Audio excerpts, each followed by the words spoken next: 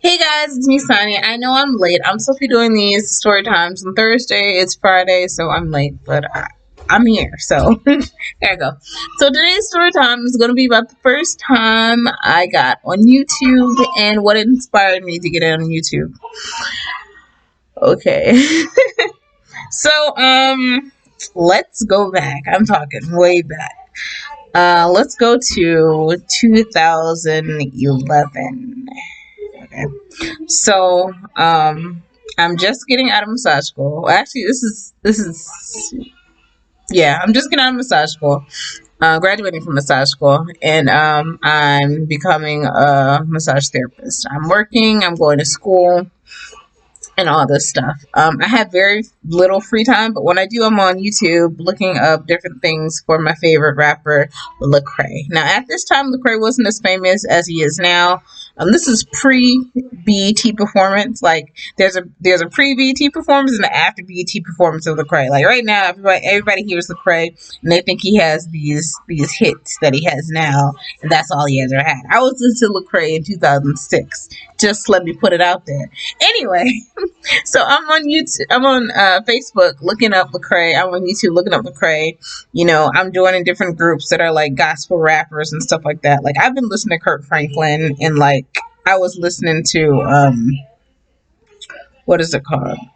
They were gospel rappers back in the day, but they weren't exclusively gospel rappers. They were rappers that were on gospel music. Like I mentioned, Kurt Franklin's music, he also incorporated some rappers. But anyway, so I'm just gonna say I like gospel rap, so I was into that, and I was looking on that on Facebook. So I see this one guy, he's promoting his CDs, and he's like, "Yeah, I'm promoting this, blah blah blah. Just got out the joint, whatever. I'm a gospel rapper," and I'm like, I don't necessarily want to associate myself with, criminals because I thought I was holier than thou. But I said I'll check out his music. Like it doesn't hurt to listen to his music. And he had this song called Brick House or something like that, Brick House or Church House. And I was like, oh, I kind of like this. Like it was biblically sound. I said, I kind of like this. So yeah, he might have actually done things to get into jail. But I mean, I like his music. It's not making me a sinner. So I started listening to his music. And then I did something that I never thought I would do. I became a fan of his music. And so every time he came out with the song, I would like it, I would share it, and I would promote it. And every now and then he'd be like, "Oh, thank you, sis. Thank you for doing that. You didn't have to." Blah blah blah blah blah. I'm like, "Yeah, anything for the kingdom." Talking about God's kingdom, anything for the kingdom. And then over time, he's like, I can't remember what he talked about. He said something about having a Bible study. It was like an online Bible study. And he invited everybody just to listen to, whatever sermon he was giving. And I would always be there in his cheering section because I'm now a fan. And then somehow, I don't know how, but he said, "Oh, so would you want to talk outside of Facebook?" And I was like, sure, why not? So I got his number, and he became literally my best friend. He is my best friend. Like, I talk to him every day, every single day. Like, I didn't have time to do much else besides work and go to school, but I talk to him every day.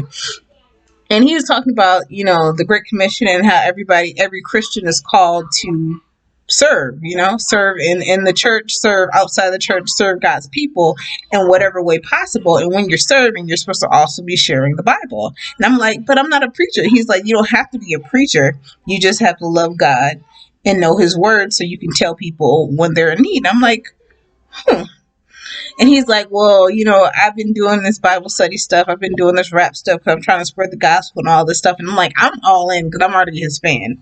But he's like, the gospel.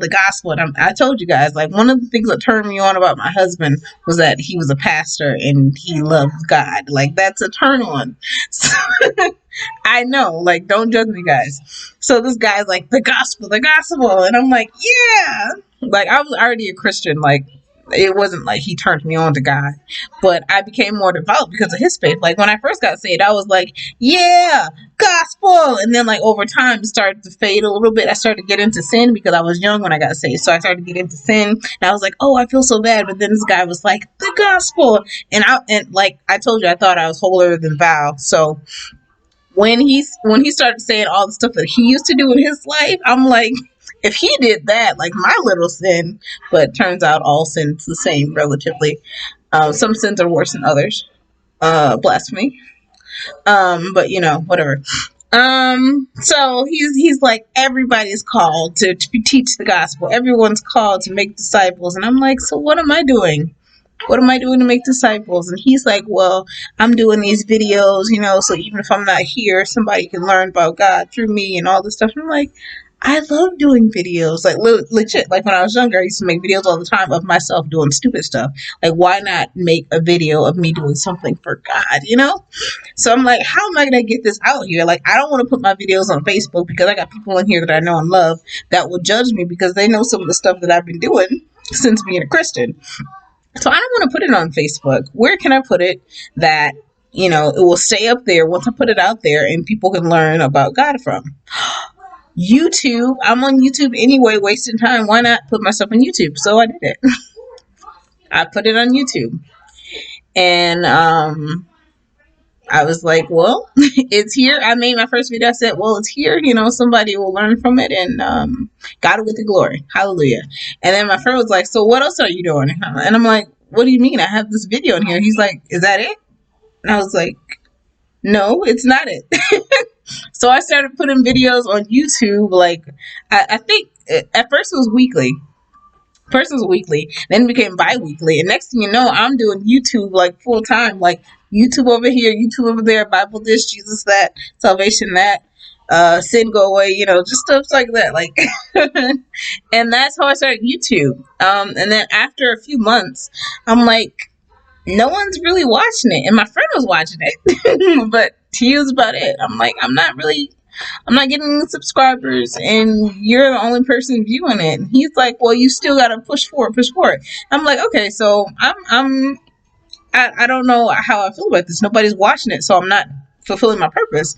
And then one day, I decided to make a video on YouTube on sister locks, because I had sister locks in my hair at the time, and I wanted to vent because I was ticked off about my sister locks, and I was like, I want to take these things down. I'm gonna tell you what to expect. So I made the video, what to expect when you're expecting sister locks, which you can now see on my YouTube channel. Right now, this one that I uploaded sometime this year or last year or whatever, it's not that popular. And you might say, well, what's special about this video? It's not that popular. But when I posted it in 2012, it was popular. Let me tell you, I think I got 50,000 views within a month. That video was popular. I never got 1 million views. I'll say that. I never got 1 million views, but I got 50,000 views within a month. 1 month. And then every video after that became sister lock related or hair related. But most of the rest of that year were sister lock related videos. But through those sister lock videos, people were watching my my sermons, my mini sermons, and so that's how I got the word out. And that's just how I started doing YouTube videos. And over time, I told you guys about my waiting to exhale moment. When I cut off all my hair and I was bald. When I became bald, I said I didn't feel feminine. Like, I just felt bald. Like, some people were mistaking me for a dude. And I'm like, I have breast. And at the time, I wasn't fat. So you couldn't mistake my breast for being fat. Like a man fat. It was clearly breast. But I just didn't feel feminine. So I started doing makeup. And then through the makeup, I felt more feminine. So I felt like I could get advice for relationships. And then when my hair started to grow, I thought that I could give advice on doing hair and stuff like that. So that's how my videos came out. That's how I got on Facebook. And then I told you guys after a few years, I met my husband, and my husband started telling his family about my YouTube videos, and I didn't know what to do, because a lot of the time in my videos I kind of ranted uncensored. I don't want his family to have that first impression of me, so I said I got to do something. Like, I can't change the name of the YouTube, so I'm just gonna cancel it, and I deleted my YouTube, and now I'm back. So that's the story. Thank you guys for listening, and I'll see you in my next video.